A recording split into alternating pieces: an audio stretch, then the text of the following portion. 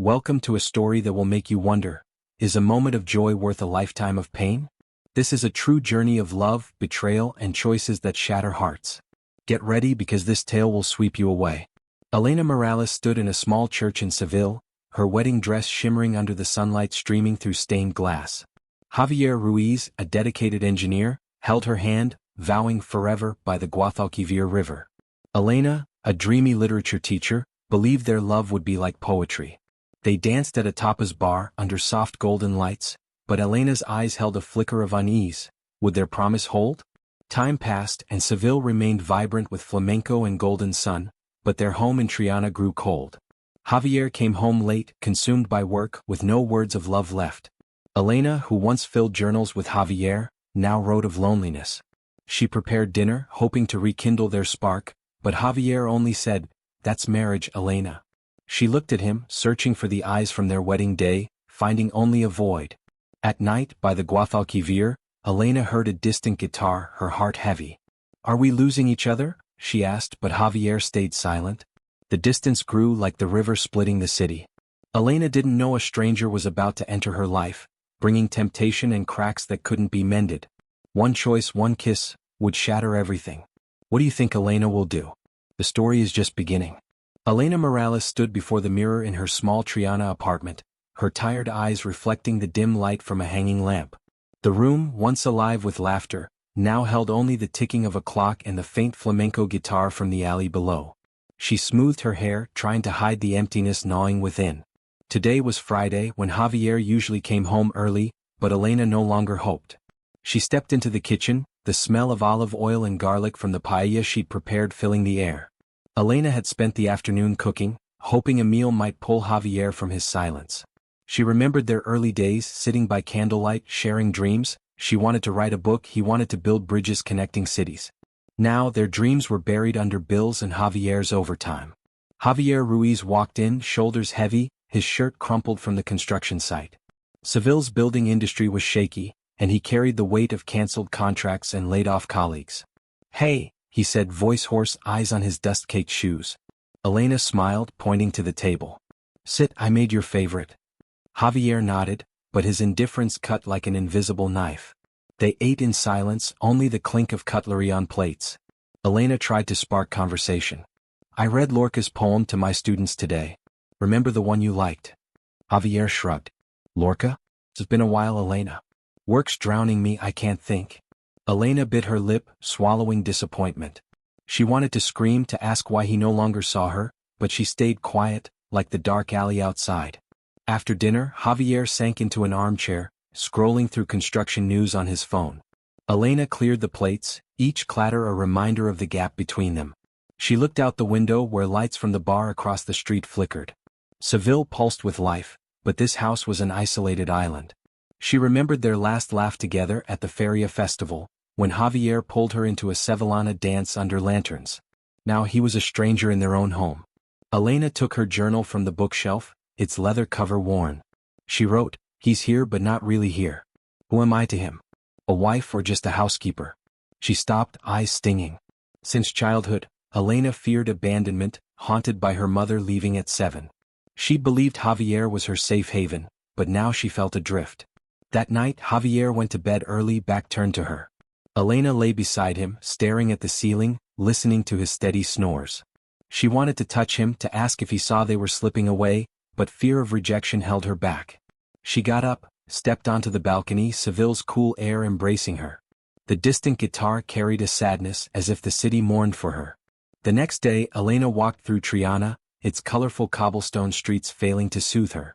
She stopped at a café by the Guadalquivir where she used to read. Today she brought no book, just sat watching the river flow. A man nearby sketched Plaza de España. He looked up, smiling. "You look like you're searching for something," he said, voice warm. Elena shook her head, but her heart stirred. The man, Mateo Vargas, introduced himself as a painter. He spoke of art, how Seville inspired him. For the first time in months, Elena felt heard. Their talk was brief, just minutes. But as she left, Mateo's smile lingered in her mind. She told herself it was nothing, but at home she checked her phone, hoping for a message that didn't exist. Javier, meanwhile, sat in his small office staring at blueprints. He knew he was pushing Elena away, but work's pressure was a wall he couldn't climb. He remembered their river walks, but now he just wanted sleep to escape stress. He didn't know a crack in their marriage was widening, and a stranger had stepped into that void. Elena stood before the mirror again late at night, her eyes no longer tired but curious. She didn't know who Mateo was, but he reminded her she could still feel, still live. Seville, with its alleys and river, whispered of change. But where would that change lead? A new light, or a storm to shatter everything? The next noon, under Seville's blazing sun, Triana's cobblestone streets hummed with life. Elena Morales walked, her sandals lightly tapping the pavement, where midday light wove gold across red-tiled roofs and whitewashed walls. The bitter scent of orange trees mixed with coffee wafting from small cafes, evoking a Seville both familiar and enchanting. Today the neighborhood buzzed louder, laughter blending with flamenco guitar from a street corner. Elena, with her dark hair loose and eyes weary from long days, paused before a poster on a weathered wall. Art fair at Plaza de España, its handwritten letters bold yet lively as if the city itself beckoned her. Elena wasn't one for spontaneous events. She lived by routine, teaching literature at a small university, sharing Lorca and Neruda with passion but rarely letting poetry seep into her own life. Yet today something in Seville's air, maybe the sunlight, maybe the pigeon's wings, guided her feet. She hadn't planned to go, but Plaza de España, with its promise of art, whispered something. A turn, a fate, or just a moment to breathe. Plaza de España glowed like a living painting. Graceful bridges arched over a small canal, ceramic tiles gleaming under the sun, reflecting Andalusia's colors. Elena wandered past stalls, her eyes lingering on landscapes, sprawling olive groves, azure skies, and flamenco dancers captured in fiery strokes. Something in the air quickened her pulse, as if she sought something she couldn't name. In a corner of the plaza, under palm shade, she spotted Mateo Vargas.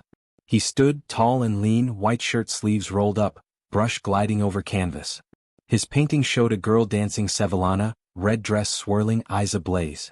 Elena recognized him, the man from the cafe, with a teasing, knowing smile and a voice warm as the Guadalquivir's waves. "You look lost," Mateo said, looking up from his easel, eyes narrowing in the sunlight. Elena blushed, shaking her head, trying to stay composed. "Just curious." But Mateo didn't let her slip away easily. He set his brush down, stepped closer, and they talked. Not about art or the fair, but about Seville's soul. Giralda's bells at dawn, the smell of fresh churros from carts, the sunset painting the Guadalquivir red like a silent poem. Mateo shared how he'd left a broken marriage in Barcelona, because she didn't understand my paintings or me. His voice was light, but Elena sensed a deep sorrow, like an unhealed scar. She spoke of teaching, how she loved Lorca but rarely read for herself, as if poetry had become a luxury. Mateo listened uninterrupted, his gaze gentle yet piercing, pulling her from the shell of loneliness she'd built. Their talk stretched beyond polite chatter. Mateo offered her a tinto de verano, red wine and soda, cool and crisp, and they sat on a stone bench under a tree. People passed, children played, street musicians strummed violins, but for Elena, the world shrank to just her and Mateo. "Do you ever want to live differently?" he asked, voice low like waves, eyes probing. The question was a small knife, sharp but painless. Elena hesitated. She thought of Javier, their silent apartment, the nights she lay awake, staring at the ceiling, wondering what she'd lost. "Who doesn't?" she replied, but her heart raced as if warning of a fading boundary. As the sun dipped, they parted. Mateo handed her a scrap of paper, his number scrawled in pencil. "If you want to talk Lorca or just coffee," he said, his smile disarming. Elena tucked it away, telling herself she'd toss it, but she didn't. On her walk home, a street violinist's melody wrapped around her, stirring a freedom she thought she'd forgotten. Seville, with its streets and sunlight, whispered of a possibility. A door cracked open, just a sliver.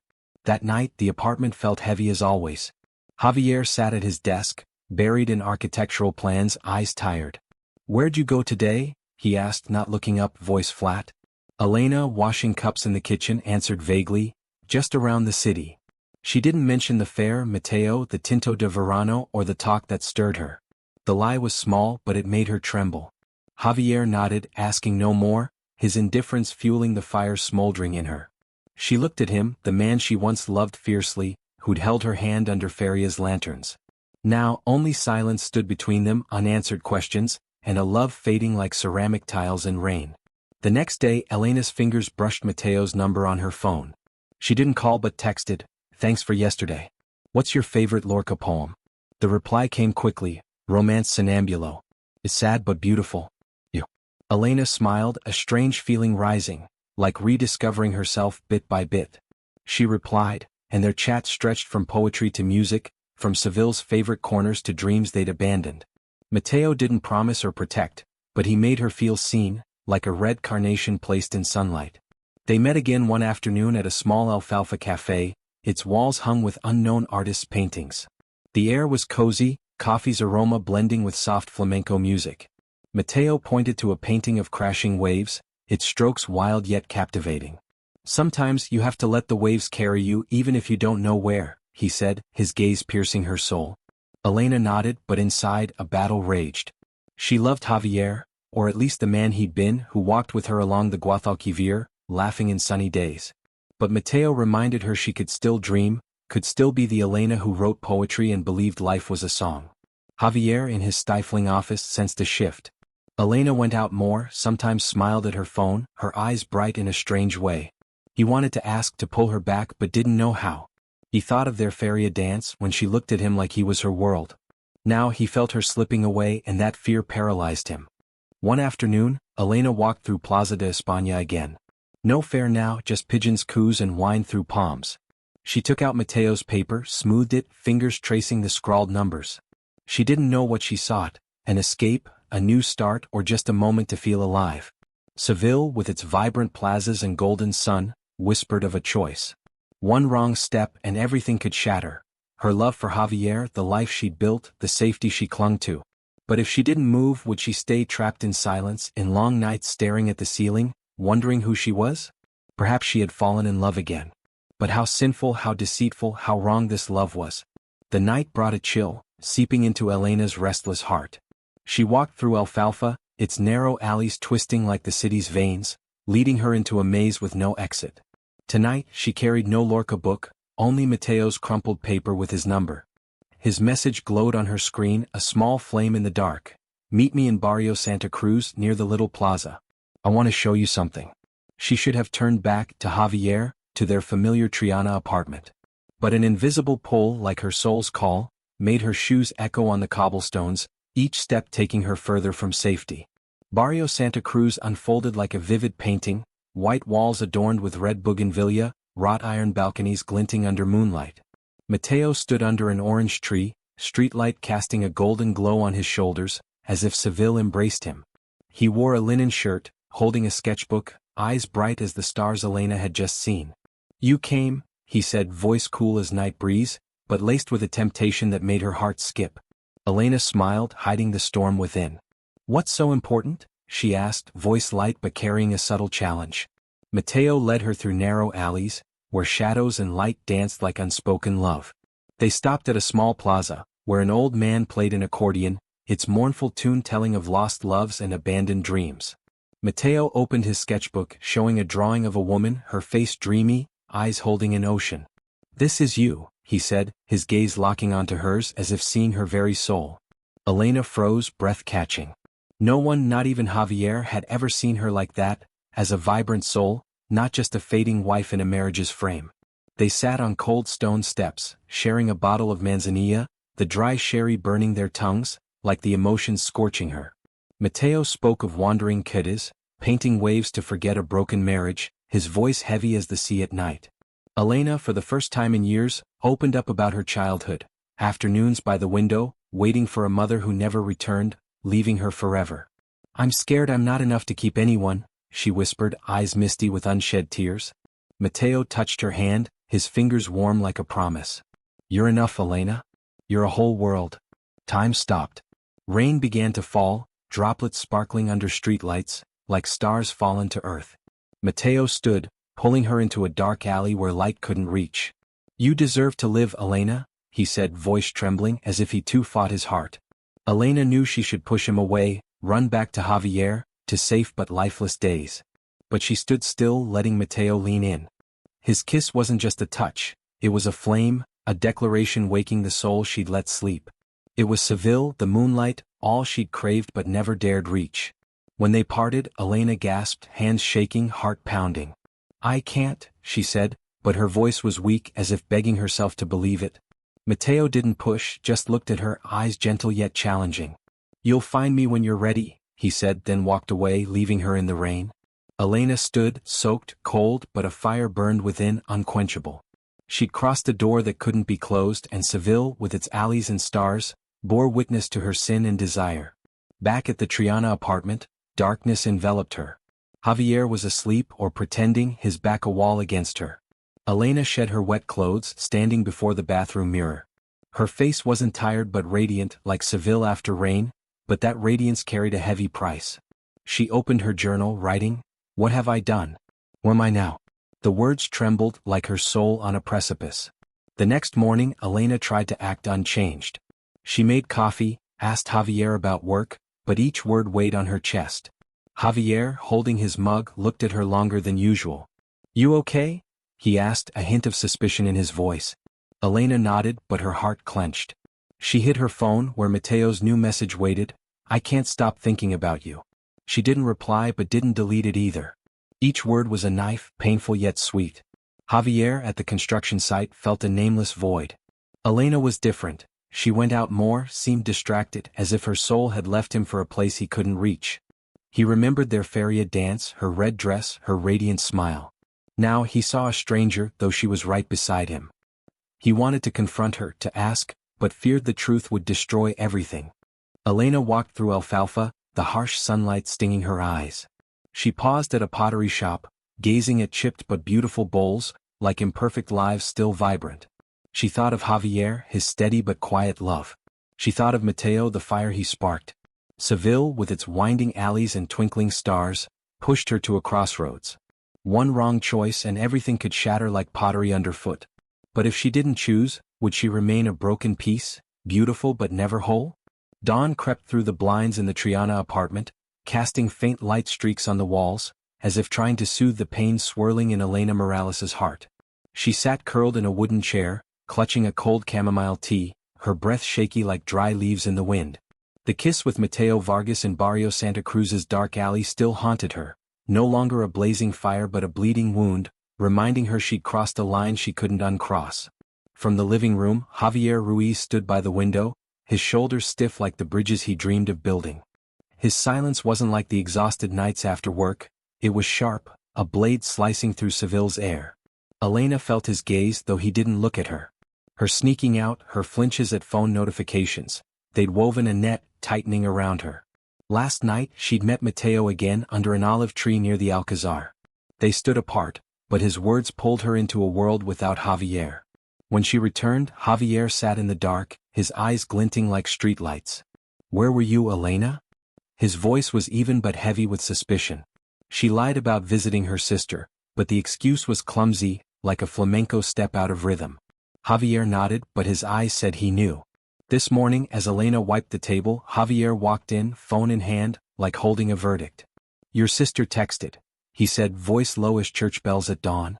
He read each word a needle. "Sis, I'm worried. You said you were at my place last night, but I didn't see you."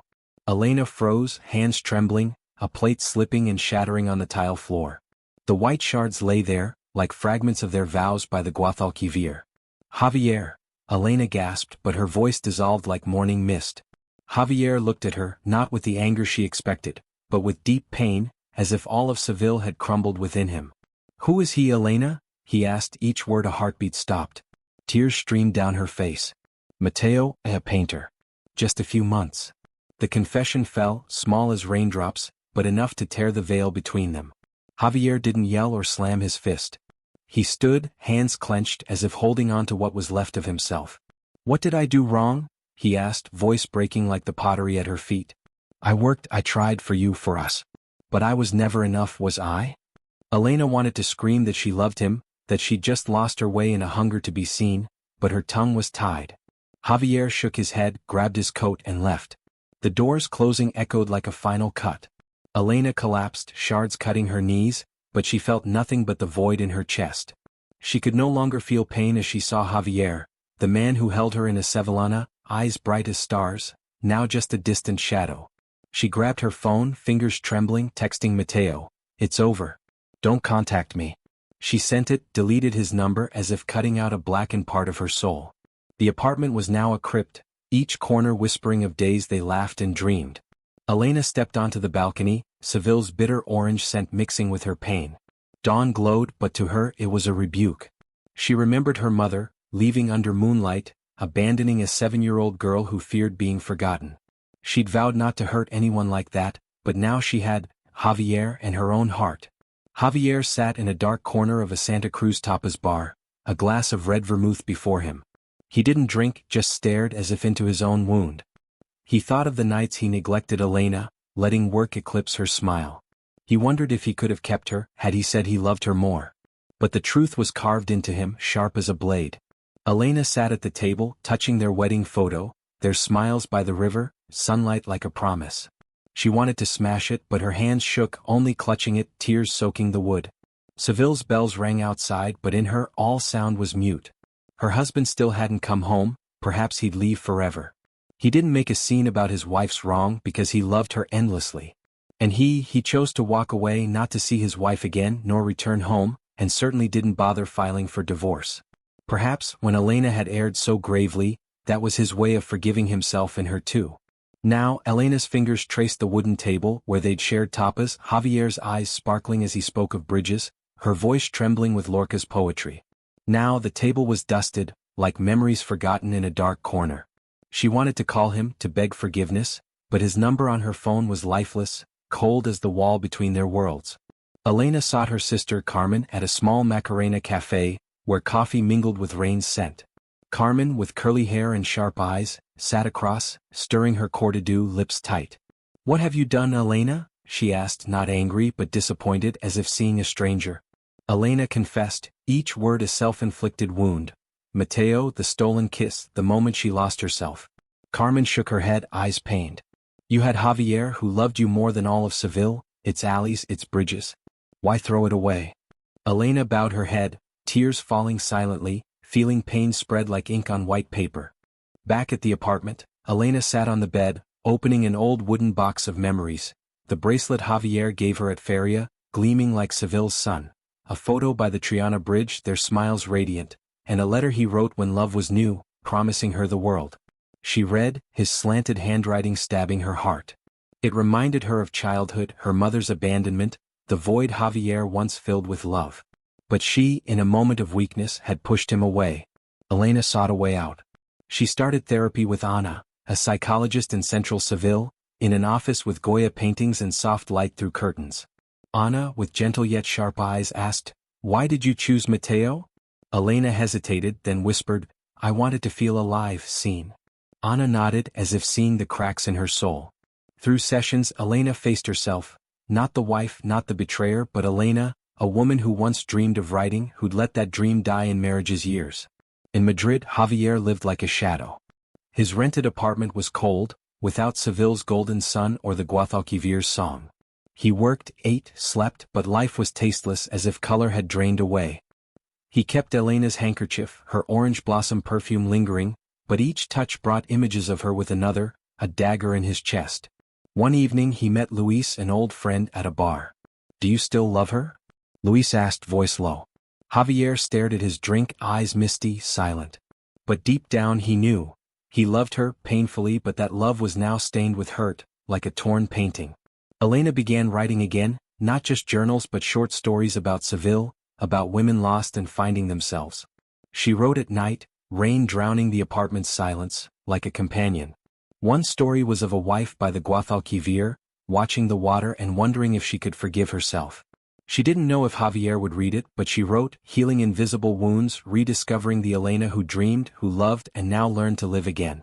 One morning, Elena walked along the Guadalquivir. Early sun sparkled on the water, gentle as a comfort.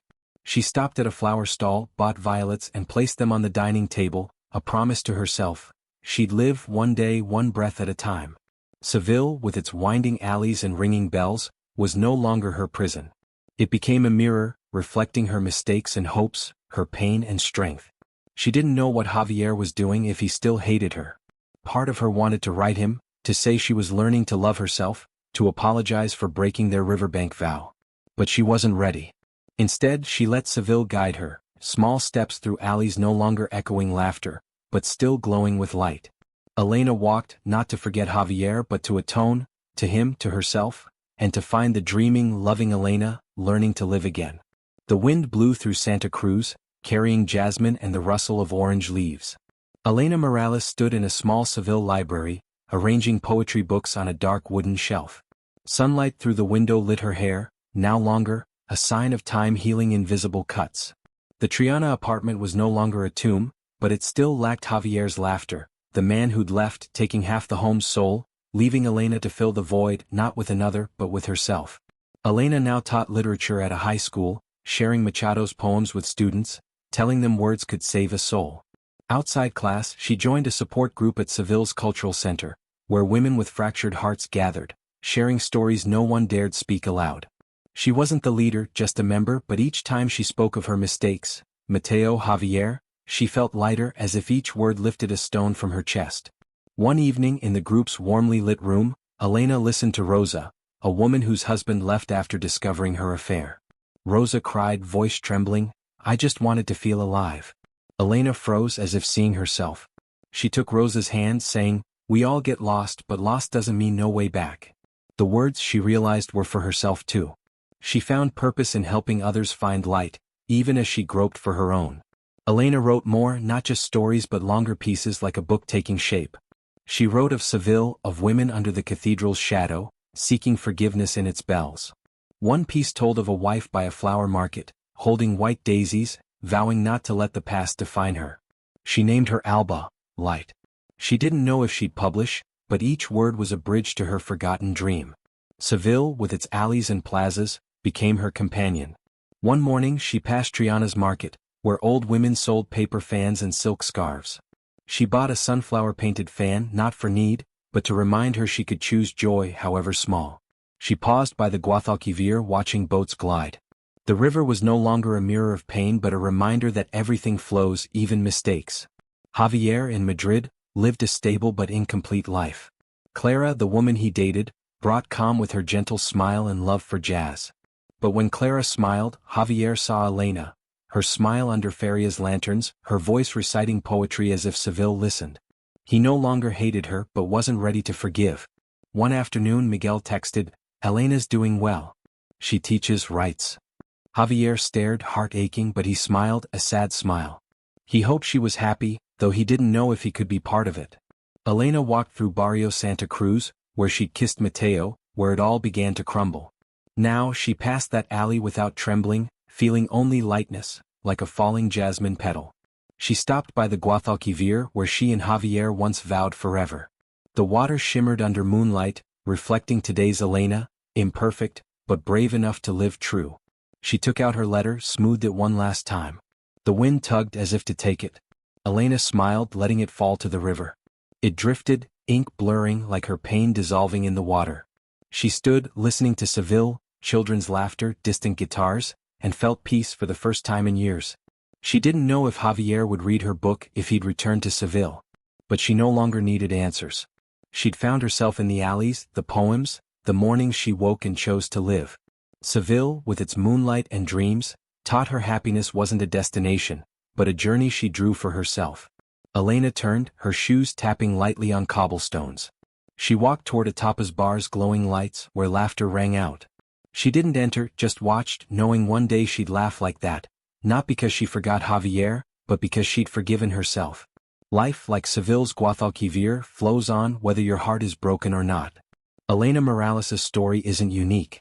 Thousands face temptations like hers, from a kiss under Barrio Santa Cruz's streetlights to secret texts with Mateo. Some resist, some fall. But each choice, like the shattered porcelain in the Triana apartment, leaves ripples forever. Elena chose to face herself, letting her unsent letter drift down the river, finding light through pages and support groups. But Javier, with his scarred heart, has he found peace in Madrid? What do you think? Could Elena have saved her love with Javier if she'd been honest sooner? Should she have cut off Mateo at that first glance in Plaza de España? Share your thoughts in the comments below. We read every one, and your story might inspire someone. Thank you for joining Shards of Forever on our channel. If Elena's journey touched you, like, share, and subscribe to catch more Seville stories. How do you feel about Elena's choices? Should Javier forgive? Drop a comment and see you in the next video. Until then, live true, like Seville's moonlight illuminating the night's alleys.